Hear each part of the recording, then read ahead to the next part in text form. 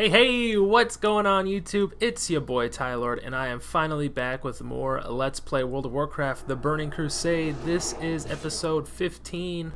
Now, this episode is going to be a little bit different than the other episodes that I've made in this playthrough before, only because I'm using a bunch of previously recorded footage, I'm editing it together, and I'm not doing it live as I normally play the game. But you'll remember at the end of last episode, we finished the quest, the Tome of Valor, but this episode I'm primarily going to be focusing on finishing the quest, the Test of Righteousness, which will reward us with Verigan's Fist, the Paladin two-handed mace. Now, last episode, I already finished the quest, Baylor's Refined Ore Shipment. I got that, so 1 out of the 4 components to forge the hammer I've already completed. In this episode, you'll see me gather the Whitestone Oak Lumber, the Purified Core Gem, and Jordan's Smithing Hammer from Shadowfang Keep. The Whitestone Oak Lumber is one of the easier components to gather for the quest, The Test of Righteousness. The item drops from Goblin Woodcarvers found in the Deadmines dungeon. Goblin Woodcarvers themselves are found in the Mast Room, where you will also find the boss Sneed and Sneed's Shredder. It only drops if one of the party members is a paladin who is on the specific quest, The Test of Righteousness, and the drop rate is 100%. If you already have the item in your bag, it will no longer drop off of any following Goblin Woodcarvers that you kill. The hardest part about gathering the Whitestone Oak Lumber is actually creating the Deadmines group itself. To gather the third component for Verigan's Fist, you will actually need to head to Aberdeen in Darkshore and find the Night Elf quest giver Thunderous Windweaver, who will give you the quest Seeking the Core Gem. Greetings, Marceline. What can I do for one who follows a holy path? Ah, yes, Stillwell, the blacksmith from long ago. I remember him well, though I have not heard his name in some time. He never struck me as an impudent man, so I can only assume his desire for a core gem is noble. If you truly wish for one of the gems, then you must head to the northwest of Ashenvale. You will find Black Fathom Deeps there within some ancient ruins. The Naga who still use the gem are down below. Do not go alone, Paladin. So now we are off to the Black Fathom Deeps located at the Zoram Strand in Ashenvale. Once you are there and head through the not-so-secret underwater passage that leads you to the underground caverns of Black Fathom Deeps, any of the Black Fathom Naga mobs you encounter there should have a 100% drop rate to drop the corrupted core gem that you will need to gather and return to Thunderous Windweaver. Now, this quest used to be elite, but that is no longer the case in the Burning Crusade, as all of these Naga mobs leading to the entrance of Black Fathom Deeps have been nerfed from elite to non-elite mobs. I would be less trustful of one not on a holy path if they came asking about a core gem, but I trust your kind more than some of my kin. I do not judge your entire order based on the actions of just one of your fallen kind. This is indeed the gem Stillwell desires, but before I can allow you to bring it to him, it must be purified of corruption. The Naga winches imbue the gems with power. That much is true, but of their own evil kind. Let Stillwell know that its power is intact and it should work well for whatever ritual he wishes to be a part of. I hope you know what you're doing, Paladin. This is no simple item you possess. So now we have the Purified Core Gem, and our next and final stop on the list for this quest is Shadowfang Keep to find his father's old smithing hammer. Now, this next part of the episode is probably the most fun I've had while playing on this tune, and especially while making this specific episode, is my solo run-through of Shadowfang Keep. And while it's true I didn't even make it to the second boss, I did get to single-handedly take down Rethelgor, the level 20 elite Worgen, the first boss of Shadowfang Keep.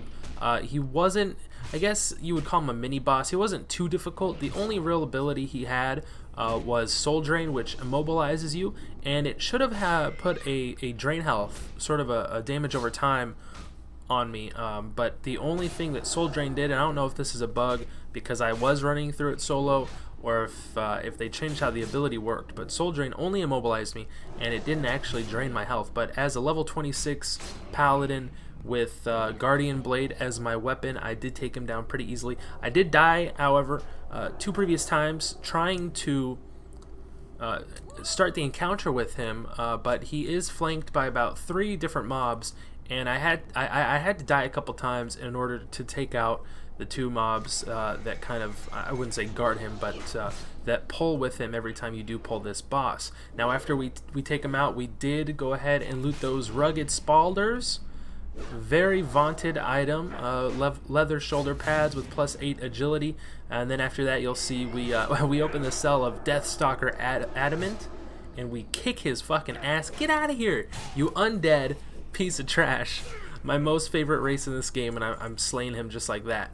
But then after we take out Rethelgor, now it's you cannot advance in Shadowfang Keep without first killing Rethelgor, because after that you have to open up the cell for either Deathstalker Adamant if you're Horde, or Sorcerer Ashchrome if you are an Alliance, because both of them are needed. Either NPC is needed to progress further into the dungeon, because they start a little event that they just walk up the stairs and they open the door to the courtyard where we will find Jordan's smithing hammer that we need for this quest. So I'm not really going to get into too much of the soloing of this dungeon. Most of these mobs in this courtyard were either level 19 or level 20, level 21 elites, and I basically took them on 2 at a time. It wasn't too difficult. I actually didn't die at all until we accidentally aggro all of the horses in the stable, but all the other mobs, if you want to try and solo through this dungeon around level 25 or even 30, would probably be a bit easier. It's not too difficult, but by 30, most of the gear, I would say, you are already over leveled for in this dungeon. But you'll see right before I actually loot the hammer, I did try and take out the Worgen in the stable, forgetting, I don't know how, but somehow I forgot that it aggroes the 3 other elite horses. Those ponies, they fucking stomped me to death. It hurt so much. Oh, I had to run all the way back, and then we get to finally loot the hammer. Alrighty, back here just outside of the gates of Ironforge, we will find Jordan Stillwell, and we can turn in this quest, the Test of Righteousness. The items you're seeking will be difficult to acquire, but I can assure you the weapon I will craft for you will be worth the effort. It will be my finest work to date, and only a small payment for the service you've done me. Now, if you remember very quickly, Jordan is the husband of Daphne Stillwell, who we rescued, or I guess successfully helped defend her from the Defias attack over in Westfall for the quest, the Tome of Valor. This is wonderful! You've gotten all the items. I should have no problem forging you a grand weapon with these. I've actually had the plans for doing this for some time, I just never had the opportunity to gather the goods. Thank you, Marceline. It feels good to have my father's hammer again, and a core gem. I never thought I'd see one of these myself. And so we have Jordan Stillwell heading over to his anvil. Let's get to work, Alliance! With a few mighty smacks of his father's smithing hammer, he's crafting for us the greatest weapon we've ever seen. I thank the light for this blessing. May it be used for justice and to defend all good creatures. And he rises. The champion smith arises to craft me a weapon so fine my eyes are about to bulge out of my head. There it is, Marceline, a weapon worthy of a champion of the light, such as yourself. I've named it after a great dwarven paladin who was a friend of mine. His name was Verigan. Bosch Verigan. Please take it on behalf of myself and my wife. We owe you a great debt, and the world will be a safer place with one of your skill traveling the land. And there it is, boys and girls. We have done it. We've completed the amazingly epic quest chain, the Test of Righteousness, and we have Verigan's Fist, a rare two-handed mace, 65 to 99 damage with a speed of 3.2 seconds. That comes out to roughly, I'm calculating this in my head right now, 25.6 DPS, plus 7 stam, plus 6 intellect, and plus 12 spirit. This is an incredible mace, definitely an upgrade over what I am currently rocking. And boys and girls, that's going to do it for this episode. I hope you enjoyed it.